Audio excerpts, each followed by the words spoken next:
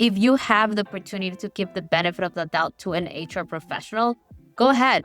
Like, you don't have to run away from that opportunity, because here's the beautiful part. When you give an opportunity to build a relationship with your HR, there are benefits that will help you strengthen your employee experience and actually create more value for you. A benefit is that when HR, hi everybody, hope you're having a great day. If you don't know, my name is Marta Fernandez. I'm an HR generalist and the host of the podcast, 𝗪𝗪listening. And today I want to talk about something that we HR people don't really talk about, and it's the challenges that we have when trying to build relationship with you, the employee.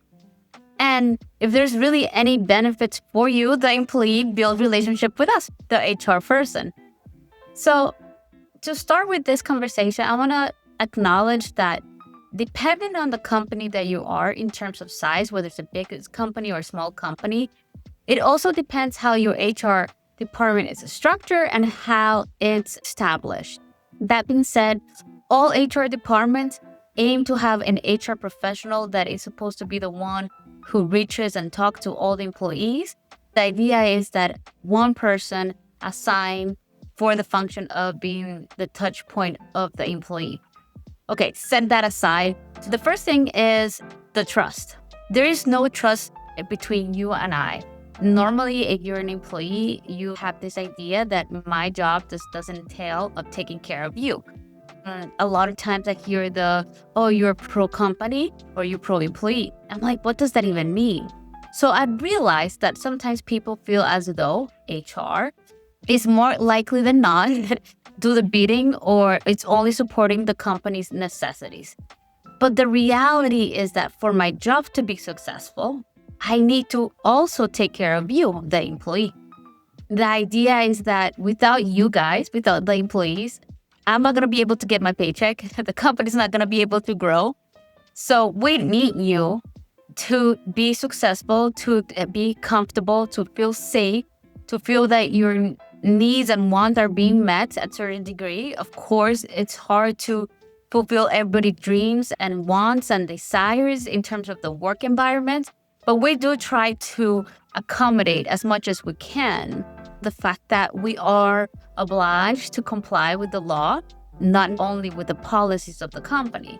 That is why HR is so complex, because if we're doing policies for a company, we also want to make sure that your rights as an employee are met with that policy. So there's no trust with us. So how could we start having a conversation if you don't give me the benefit of the doubt? The second one is we have limited interaction. If you're in a smaller company or a bigger company, it doesn't matter. HR has very limited interaction with you. And this is something that we HR professionals need to work on. We need to work on taking time to interact with you. This means like sometimes step out of my office and go talk to the employees and checking them on the DM and just making sure that they're fine. Something so simple, it takes a lot of time, because imagine if you're a department of one, which I have done, and try to talk to everybody and spend enough quality time for them to feel comfortable with me. Building relationship is not about how many times I talk to you, but more of how you felt the quality, if I was active listening to you or not. Do you felt that I was showing concern, genuine concern of what you were saying?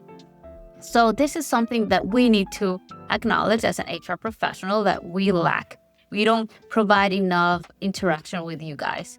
And it's something that we need to really address and figure it out. And I would say that I have seen that a lot of my HR peers, some of them have taken acknowledgement to this, and they do go the extra mile to build a relationship with their employees. The other one that I think it is important is the miscommunication. So miscommunication in HR happens a lot. And sometimes what happens is that it's a three-party situation. So you as an employee, you have your manager, and the manager talks to us. So it's three ways conversation. Sometimes employees say something to the manager says something to us, we misunderstand it, and then we say something else, and it just goes all the way around. Yes, managers are supposed to be the first responders. meaning there are the ones who know you better, they see your work, they understand everything that you do and you don't do, and there's supposed to be a trust relationship. But I do know that sometimes managers don't have that good management skills, and therefore employees suffer or have bad experiences at work. When we enter to the communication, if an employee brings HR, can become very complex very easily. Just because you said something to your manager, the manager took it wrong or misunderstood it, and then he comes to me, or vice versa. You come to me, you misunderstood your manager, and the manager comes to me. It's a crazy party of three. Lastly, I want to acknowledge that one of the reasons why we also think that we have a hard time building relationship with you is because I feel as though there is no safe space. A lot of times in companies, employees feel as though if you come to talk to me as an HR professional, you will feel some sort of retaliation, whether it's from the company itself or from your manager or from your colleagues. That's a genuinely fear. I think everybody fears that. You could see how things go south very quickly, especially if there's miscommunication, misunderstanding, not empathy, and not patience or tolerance to disagreeing with one another, right? I think these are barriers that affect us significantly when we're trying to build relationship. But if you look at this, all what I have said, there's one thing that it's the underlying root, and the root is trust. There is no way to start a relationship if we don't give the benefit of the doubt. And I know a lot of times an employee is so afraid to talk to HR that they go out and talk to their coworkers or go online and post something on Reddit and hope some advice from other people. That's okay.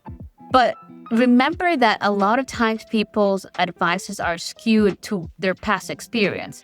I want to take time to just acknowledge this. Just because you had a bad HR person in the past, a company that you worked on, it doesn't necessarily mean that me, your current HR person, I'm a bad HR professional. Because let's be clear, HR is not perfect. We have HR professionals that I think they don't do a good job at their job. I need to acknowledge that's a fact. But like in any other profession, that happens all the time. There are going to be professionals that they don't do good their job, right? I believe that my job is to serve you and the employer, the company. But also it doesn't mean that I'm going to put you aside and not acknowledge your needs, your wants, your concerns and whatnot. I also need to take care of you. At least that's my rule of thumb in my head as an HR professional. My job is to serve you. To build this relationship ultimately starts with us building that trust. And the first thing is, I would suggest don't let past experiences define how you approach the new experiences or your new opportunities at work. If you have the opportunity to give the benefit of the doubt to an HR professional, go ahead. You don't have to run away from that opportunity. Because here's the beautiful part. When you give an opportunity to build a relationship with your HR, there are benefits that will help you strengthen your employee experience and actually create more value for you. For starters, a benefit is that more likely than not, you will have a better support in the company. We will be able to assist you better, and we will be able to understand better what are your needs and goals related to your career and your personal needs. Whether you want to grow in the company, whatever that looks like, we are there to support you. The second one is that it helps us to resolve conflict in early stages. We see this a lot. When an employee has a lot of issues with their managers or with their colleagues, they don't want to say anything, they don't want to create more chaos, no more drama, but then everything goes south and it explodes and it just comes to a big mess. So if you come to us, we're able to assist you and provide a solution to that problem. A lot of times employee conflicts come down to misunderstanding or miscommunicating. So a lot of times the solution is simply have that one-on-one honest conversation. This is aligning to the whole idea of feedback and speaking up and empowering employees to be able to speak up their mind and shed light to what actual problems are. Sometimes the problems are rooted with processes of the company and how things are done in the company.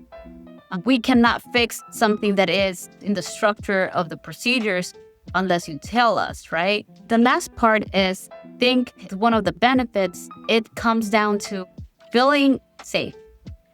The work environment should not feel toxic, should not feel threatened, should not feel uncomfortable.